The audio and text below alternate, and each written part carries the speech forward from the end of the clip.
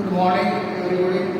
विद्यार्थी मित्रों, आज आपने વધારાનો ટોપિક ચેન્જ ધ વોઇસ શીખવાના છે। આગળ આપણે આઇડેન્ટિફિકેશન ઓફ ફંક્શન શીખી ગયા। એ ટોપિક એકદમ સહેલો અને સરળ હતો।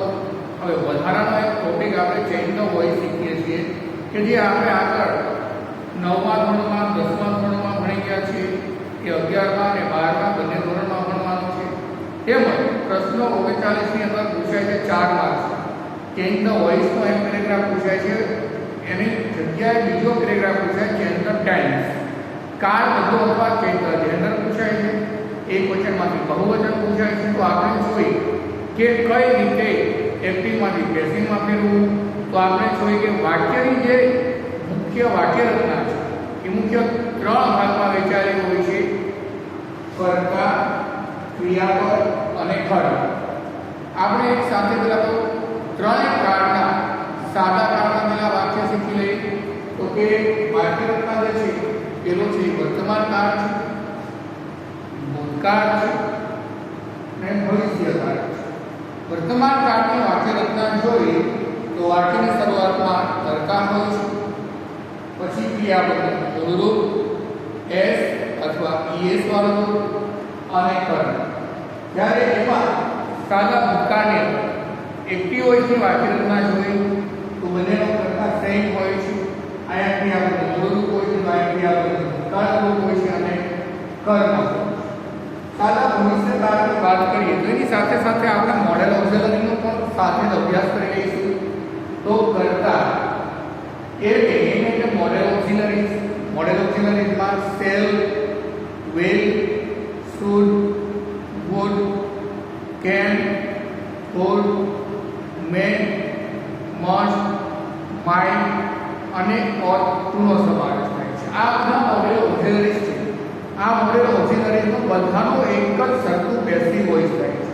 તો વર્તમાન કાળનો પેસિવ વોઇસ કઈ રીતે થાય તે જોઈએ તો કે જે કર્તા છે એનું કર્મ કરવાનું છે અને કર્મ છે એનું કર્તા। આ બંનેના સ્થાન બદલવાના છે। આ કર્મ છે એને લઈને સીધું આપણે આયા કર્તા તરીકે મૂકવાનું છે। કર્તાને આયા કર્મ છે એને સીધું આયા કર્તા તરીકે લખવાનું છે। કર્તા જે છે એને આપણે લઈને કર્મ કરવાનું છે। જે આ એક ક્રિયાપદ છે, ક્રિયાપદ મૂળરૂપ એ છે એ સ્વરૂપ છે એની જગ્યાએ બે ક્રિયાપદ લખવાના છે। આ કર્મનું જે કર્તા છે એના અનુસંધાને એમ ઇઝ કે આ એમાંથી કોઈ પણ ત્રણમાંથી એક આવશે અને આ ક્રિયાપદનું ઉદ્દત રૂપ મૂકવાનું છે। એવી રીતે સાદા ભૂતકાળ કર્મ છે એમાં એક કર્તા કરવાનું છે, કર્તા છે કર્મ કરવાનું છે, કર્મની આગળ બાય મૂકવાનું છે। પછી આને ક્રિયાપદનું ભૂતકાળનું રૂપ ક્યાં એક જ ક્રિયાપદ હોય છે એટલે કે બે ક્રિયાપદ મૂકશું, વોઝ કે વેર એની સાથે ક્રિયાપદનું ભૂતકાળનું રૂપ મૂકશું। એવી રીતે આપણે અહીંયા સાદા ભવિષ્યકાળના કર્તા છે કર્મ કરશું, કર્મ છે કર્તા કરશું। મોડેલ ઓક્ઝિલરીની સાથે ક્રિયાપદનું મૂળરૂપ હોય છે।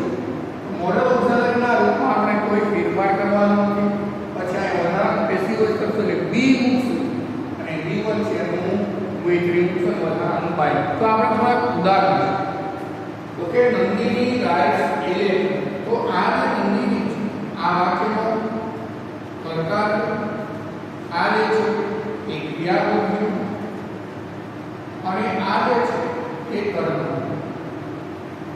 તો આપણે વાક્ય રચના મુજબ કર્મનું કર્તા કર્મ છે જેને કર્તાના સ્થાને તો કર્મ છે ને આને શું પેસિવ વોઇસ કરશે એટલે વાક્યની શરૂઆતમાં પહેલો અક્ષર છે વિધ આવશે તો એ લેટર થઈ ગયું।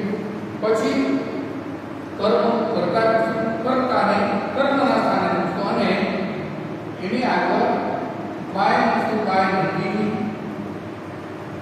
હવે એક વાર ક્યાં કરવાનું તો કે આપણે ક્રિયાપદમાં અહીંયા એક જ ક્રિયાપદ છે તો આપણે શું કરવાનું પેસિવ વોઇસમાં આ ત્રણમાંથી કોઈ પણ અને એની સાથેની મુખ્ય ક્રિયાપદ હોય તો બીજી મૂકવાનું છે।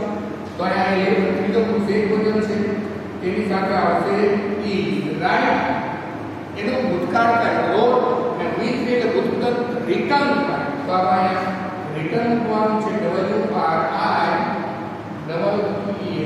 વિદ્યાર્થી મિત્રો આ થઈ ગયું પેસિવ વોઇસ। હવે આ જે વાક્ય છે એને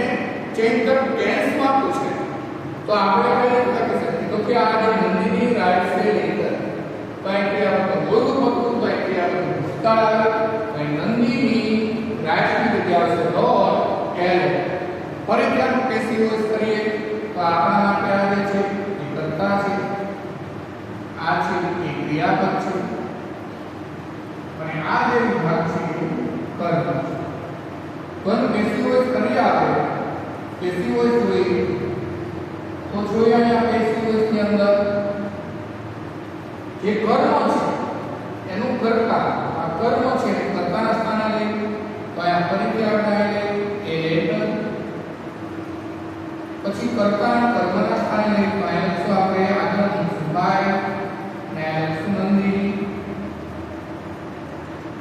હવે મુખ્ય ક્રિયાપદ ભૂતકાળમાં છે જેને કે શું પણ બોઝ કે તો એ એક વચન છે અહીંયા બોઝ આવશે બહુવચન હોય તો અહીંયા વેર આવે તો આ બોઝ રાઇટ નીચે આવીને ફેમસ રિટર્ન થશે W R I double E N આ યુ પેસિવ હવે આ વાક્યને આપણે સાદા ભવિષ્યકાળમાં તો અહીંયા ક્રિયાપદ બોલું બધું પણ ક્રિયાપદ ભૂતકાળ ક્રિયાપદનું મોડેલ ઓફ ધ રિઝલ્ટ કે વિરુદ્ધ ક્રિયાપદનું મૂળ રૂપ હવે ફરીથી જોઈએ આ જે છે આપણા માટે કર્તા છે આ છે આપણા માટે ક્રિયાપદ છે અને આ જે છે સરળ એ આપણા માટે પદ છે ફરીથી આપણે આવ્યો વિરુદ્ધ કર્મનું કર્તા બાયના એક લઈને તો એ લેટર પછી કર્તા છે કર્મ બનાવી માઇનસ ટુ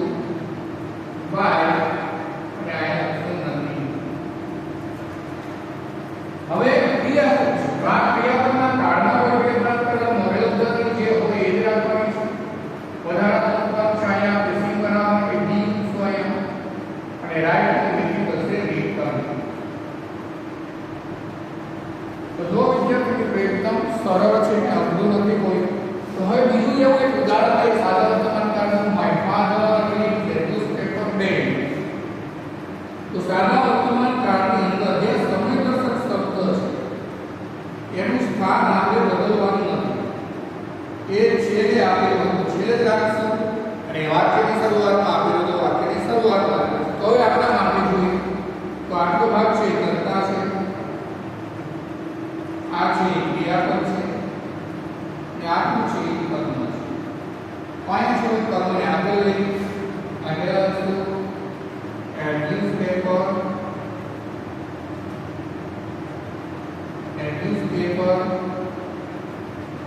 પછી ક્રિયાપદ ન્યૂઝપેપર એક વચન છે તો એની સાથે કે આવશે અહીંયા ઈ રીડ છે એનો વિપરીત થશે રીડ થશે તો વચ્ચે એટલે and newspaper is read પછી આવશે વધારાનો શબ્દ સમયદર્શક શબ્દની જગ્યાએ by પછી my father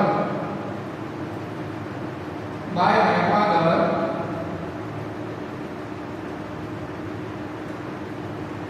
અને ડેલી આવશે અહીંયા ડેલી સમયદર્શક શબ્દ છે આપેલો છે તે લગાડવાનો આ વાક્ય એકદમ સરળ થઈ ગયું હવે એ જ વાક્ય આઈ નો રીડ થાય છે ને રીડ આવે છે રીડ તો ત્રણેય ક્રિયાપદના સ્વરૂપ એકસરખા છે વર્તમાન કાળનું રીડ થાય ભૂતકાળમાં પણ એક થાય ભૂતકાળ પણ એક થાય પરંતુ એનો ચાર લખો રીડ રેડ રેડ એ રીતે વચ્ચે આ ચાલો જે આવે કે પેસિવ વોઇસ આવે તો આ છે પેસિવ વોઇસ તો આપણે ખબર છે કે કર્મ અહીંયા આપણી પાસે છે તો આ જોઈ એડ ન્યૂઝપેપર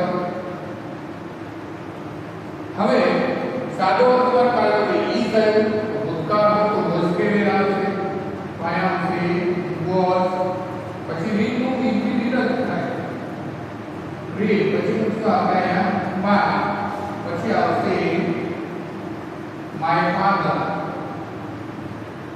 અને યસ્ટરડે છે સમયદર્શક શબ્દ છે એમાં કોઈ ફેરફાર કરવામાં આવતો નથી હવે આ રીતે આગળ જોઈએ આપણે સાદો ભવિષ્યકાળ સાદો ભવિષ્યકાળને આપણી પાસે ખબર છે કે આપણી પાસે કર્મ આપ્યું છે તો કે એ ન્યૂઝપેપર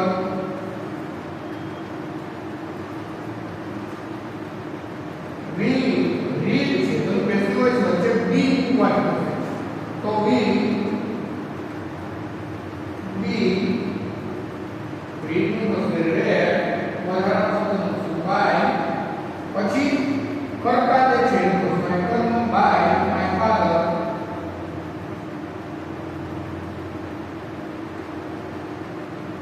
ટુમોરો.